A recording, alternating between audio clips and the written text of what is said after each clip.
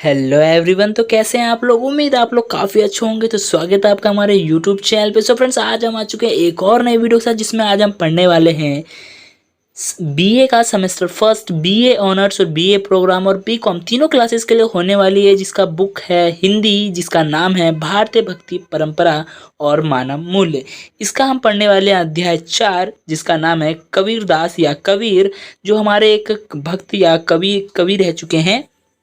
और ये जो चैप्टर होने वाला है ये यूनिट 2 का होने वाला है। फुल एक्सप्लेनेशन होने वाली है विथ नोट्स के साथ।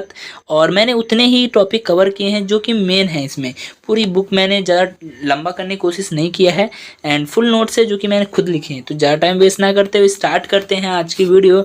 लेकिन अगर आप लोग हमारे चैनल पर नए हैं तो प्लीज़ चैनल को सब्सक्राइब करें एंड ध्यान से बेल आइकन को ऑन कर ले, ताकि जितनी भी आने वाली न्यू वीडियोज़ हैं उन सभी की नोटिफिकेशन आप लोगों तक पहुँच जाए। तो ज़्यादा फार्म ना भरते हुए स्टार्ट करते हैं आज की वीडियो।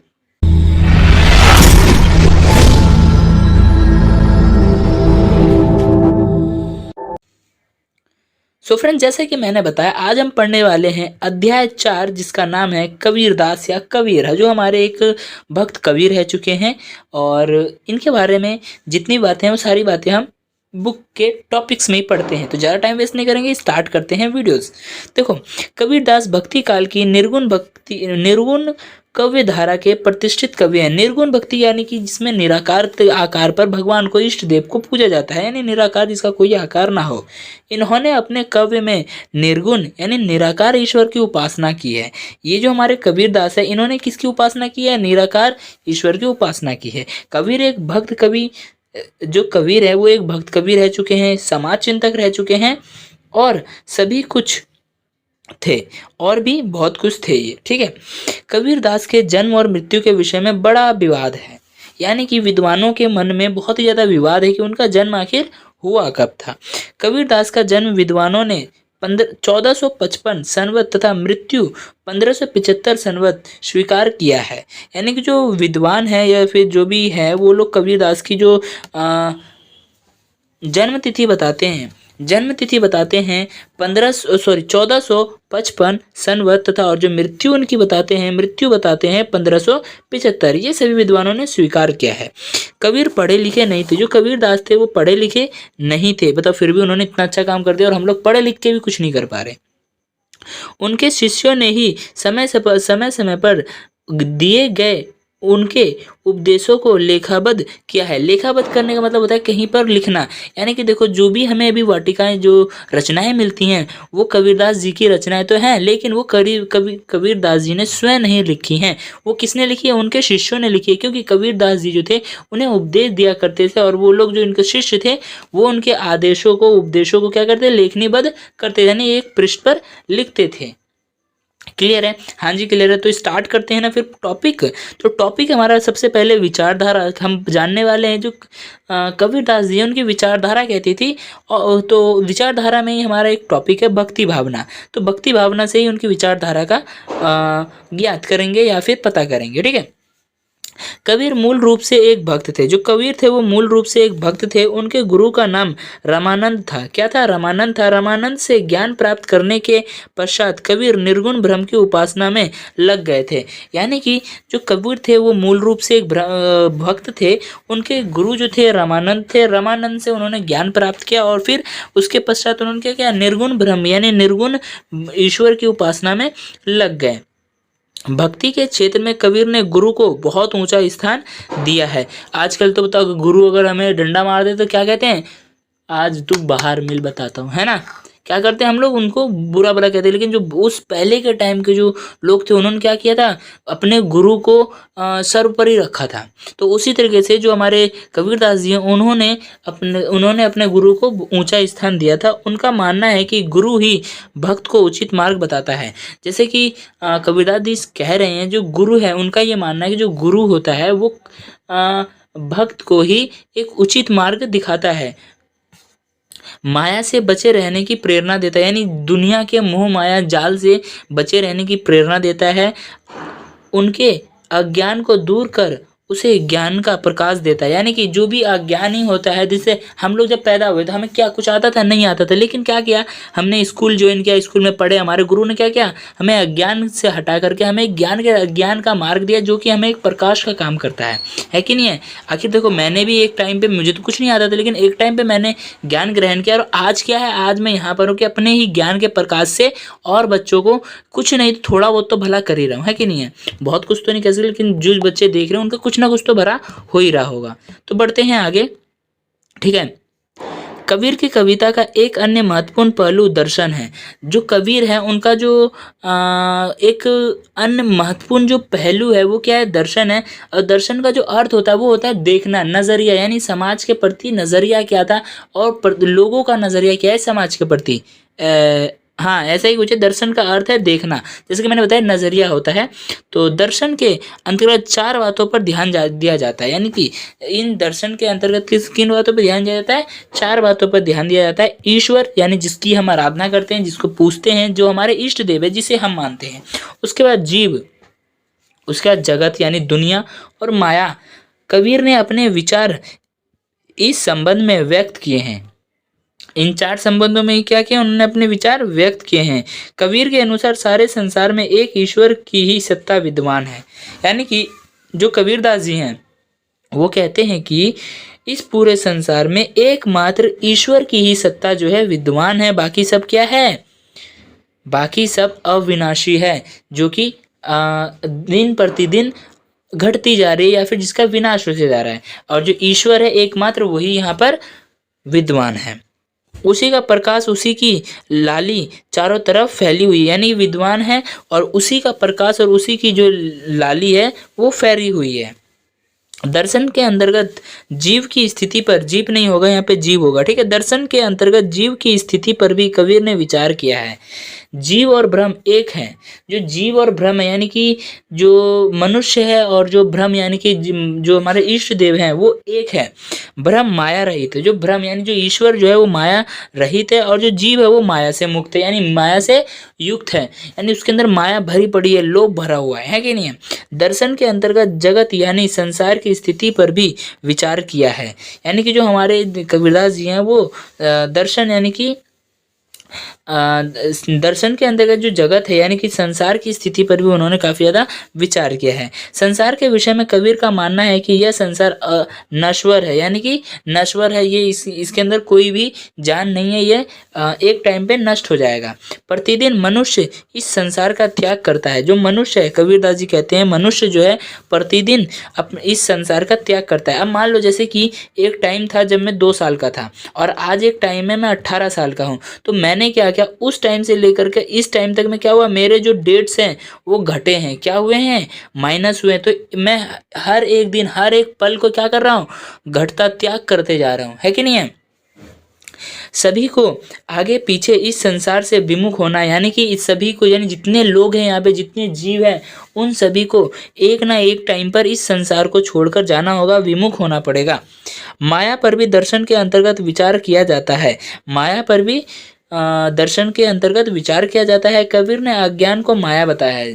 जो कबीरदास जी हैं वो अज्ञान को माया बताते हैं। माया क्या होता है? दुनिया में रहने के प्रति कहते हैं ना, धन दौलत शोहरत सब कुछ कमाना, नाम इज्जत, ये सब क्या है, उन्होंने इनको माया बताया। और इसको अज्ञान, यानी जो अज्ञानी है वही इस दुनिया के लिए लड़ता झड़का, दूसरों के प्रति मतलब हाय हाय जिसे कहते हैं ना, लालच लोभ करना इस दुनिया में, ठीक है, उसे ठगनी मानते हुए कहा है। किसको? माया को ठगनी बताया है। किसने? कबीरदास जी ने।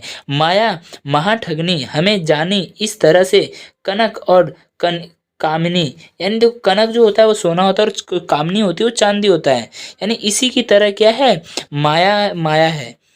मेरे तेरे के भाव को भी माया बताया, यानी ये मेरा, ये तेरा, ये मेरा, ये मेरा, ये जो करते हैं ना, इसको भी क्या है, उन्होंने माया बताया है। उनके अनुसार माया ईश्वर और जीव के बीच मिलन में रुकावट है, यानी कि मनुष्य के बीच और ईश्वर के बीच में जो मिलन का जो एकमात्र रुकावट है वो कौन है? माया है। इंसान क्या है, इस दुनिया के धन दौलत शोहरत के पीछे भाग रहा है और ईश्वर के विमुख, यानी ईश्वर को पीछे छोड़ते जा रहा है, ईश्वर से अपने संबंध जो है तोड़ते जा रहा है कि नहीं है?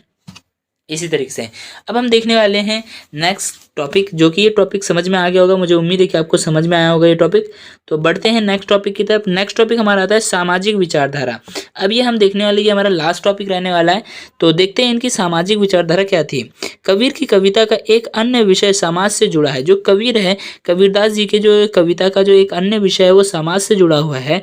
कबीर का संबंध समाज के साथ बहुत नज़दीक रहा है, यानी कि जो कबीरदास जी हैं उनका जो संबंध रहा है समाज से बहुत ही नज़दीकी से रहा है। उन्होंने उनके विविध रूपों को गहराई से देखा है, यानी कि जो कबीरदास जी हैं उन्होंने इस समाज के विविध रूपों को, यानी अलग अलग रूपों को बहुत ही गहराई से देखा है। क्योंकि वो किसी भी चीज़ को देखते, हम क्या देखते हैं, हम कहते हैं कि यार अगर देखो कोई आदमी अगर जो कहते हैं कि जो उसका एल्बर्ट है, उन्होंने क्या किया था, पूरी थ्योरी बना दी, एक एप्पल गिला ऊपर से और उसकी पूरी थ्योरी बना दी, है ना।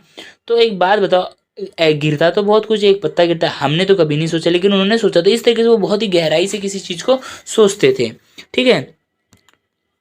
उन्होंने समाज में देखा कि हिंदू और मुसलमान समाज में धर्म से जुड़े बहुत से आडंबर, यानी जो फालतू की चीज़ें हैं, विद्वान हैं। फालतू की चीज़ें क्या है, विद्वान है, किसमें, मुसलमान और हिंदू धर्म में, समाज में विद्वान है। हिंदू के जाप, माला फेरना, तिलक, छाप, तीर्थ, व्रत, मूर्ति पूजा आदि सभी को आडंबर माना है। किसने, कबीरदास जी ने। यानी कि जितने भी एक फालतू की चीज़ें होती रहती हैं ना, यज्ञ, पूजा, हवन, माला फेरना और ये तीर्थ यात्रा, हज करना, वैष्णो धाम जाना, ये सब चीज़ें जो हैं इसको आडंबर बताया है। भगवान की सच्ची श्रद्धा किसमें, अपने मन में एकदम विशुद्ध प्रेम रखना उनके लिए, बिना किसी लालच मोह के प्रेम रखना ही क्या है, ईश्वर के प्रति प्रेम है, प्रेम भाव है, ठीक है। असली भक्ति यही है। कबीर ने अपने समाज में जाति पाति का बहुत प्रचलन देखा है। जो कबीरदास जी, उन्होंने अपने समाज में, पहले के ज़माने में देखो, पहले रूढ़िवादिता बहुत ज़्यादा थी, पुराने ख्यालात वाले लोग थे, तो वो लोग क्या करते, बहुत ही ज़्यादा जाति पाति, ऊंच नीच क्या करते थे। तो कबीरदास जी ने ये सब चीज़ें बहुत ज़्यादा आपने देखी है, समाज में प्रचलन थी, ठीक है।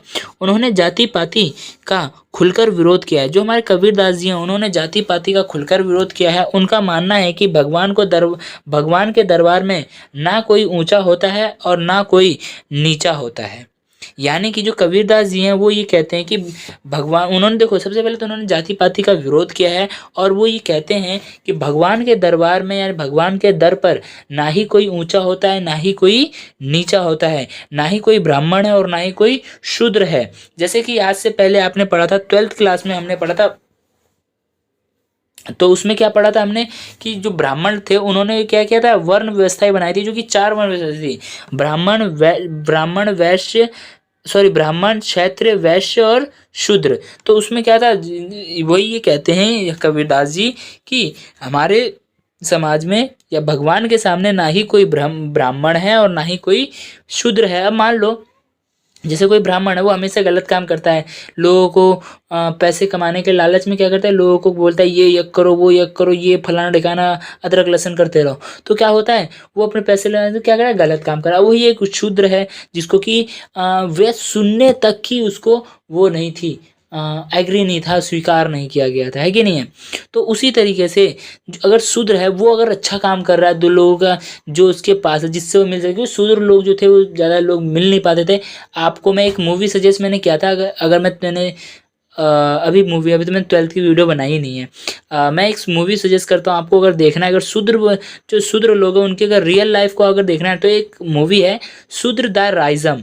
इस मूवी को आप लोग देख लेना। इस मूवी में आपको शूद्र की स्थिति का पता चल जाएगा और ये आपको काफ़ी ज़्यादा बेनिफिट देगा कुछ एग्जाम्पल्स देने के लिए। क्लियर है? हाँ जी क्लियर है। भगवान जाति का भूखा नहीं है। जो कबीरदास जी हैं वो क्या कहते हैं, भगवान जो है जाति का भूखा नहीं है, वो तो भाव के भूखे हैं। किसके? भाव और श्रद्धा के भूखे हैं, अपने प्रेम के भूखे हैं। उनको कोई प्रेम से पुकारे तो वो ज़रूर आते हैं। किसके भूखे हैं? वो प्रेम के भूखे हैं। किसके भूखे नहीं है? वो जाति के भूखे नहीं है। इतना क्लियर है? मुझे उम्मीद है कि आप लोगों को इतना पूरा समझ में आया होगा। और आज का जो चैप्टर है यहीं ख़त्म होता है, आज की वीडियो में इतना ही। और अगर आप लोगों को वीडियो अच्छी लगी तो वीडियो को लाइक करें, अपने यार दोस्तों में शेयर करें। कोई भी डाउट हो, कोई भी प्रॉब्लम हो, इस वीडियो कमेंट बॉक्स में जाके कमेंट करें। और हाँ, ध्यान से चैनल को सब्सक्राइब करके बेल आइकन को ऑन कर ले, ताकि जितनी भी आने वाली न्यू वीडियोस है उन सभी के नोटिफिकेशन आप लोगों तक पहुंच जाए। और हाँ देखो, जो चीज़ें आपको इस वीडियो में नहीं समझ में आए ना, तो मैं ये कहता हूँ कि एक बार और आपको देखना चाहिए वीडियो, ताकि आपको अच्छे से अच्छे समझ में आए। क्योंकि ज़्यादा वीडियो लंबी नहीं है, 20 से 15 मिनट में ही कंप्लीट हो गया चैप्टर, ज़्यादा बड़ा भी नहीं है, तो ये समझ में आ गया। और देखो, कोई चीज़ें इसमें जो हार्ड वर्ड है ना, उसको याद करने की कोई ज़रूरत नहीं है। बस अपने जितना है ना, जितना आपको समझ में आ रहा है उतना करो, और थोड़ा कोशिश करो कि थोड़ा सा हो जाए, अपनी तरफ से कोशिश करो कि हो जाए। क्योंकि अब देखो, अब समझ में तो अगर मुझे 100 में से अगर 10% है तो उस 10% से काम नहीं होगा ना, कम से कम मुझे 80% तो आना चाहिए, है कि नहीं है। तो आपको इतना करना पड़ेगा। तो आज का ज्ञान इतना ही, मिलते हैं नेक्स्ट वीडियो में नए टॉपिक के साथ, नए वीडियो में। तो bye bye, thanks for watching this video.